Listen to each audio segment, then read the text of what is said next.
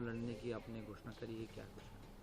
बिल्कुल, चुनाव तो हम लड़ेंगे ही, क्योंकि मैंने हमेशा से ही बताया कि लोकतंत्र का हिस्सा हम बनना चाहते हैं, विधायिका का हिस्सा बनना भी उसका एक पार्ट है, तो हम चुनाव तो लड़ेंगे। निश्चित तौर पे मैं नामांकन पत्र भरूंगी।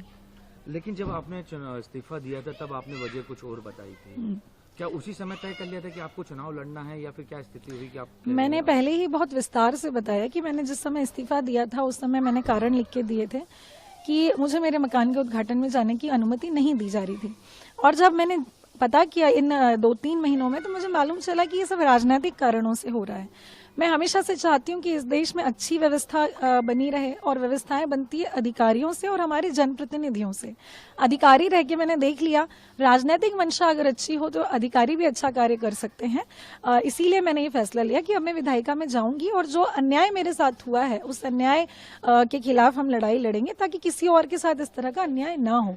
तो ये सब ग्रेजुअली हुआ है, और आज हम जो है चुनाव लड़ने के लिए तैयार हैं। आपको क्या लगता है जिस समय आपको मना किया गया, तो उस समय तो आप किसी राजनीतिक उससे नहीं थी, आप एक आईएएस हैं, आप पद पे थी, तो ऐसे अधिकारी के साथ जो सर्वोच्च पदों पे रहते हैं, वो जो पदों पे पहुंचे, उन अधिकारियों के साथ भी आपको उस समय कहाँ से आपको लगा कि आपके साथ राजनीति हो रही है, वो क्यों लगा? बिल्कुल, क्योंकि मैं जहाँ पर मकान का उद्घाटन था वहाँ पर सर्वधर्म प्रार्थना होने जा रही थी, और चूंकि मैं उस क्षेत्र में पिछले 5 साल से हूँ, मेरी पोस्टिंग वहाँ 2018 से 2021 के बीच में रही है, लोगों के बीच नहीं, आमला लोगों के बीच में रही हूँ, जनता का स्नेह और प्यार मेरे साथ रहा है।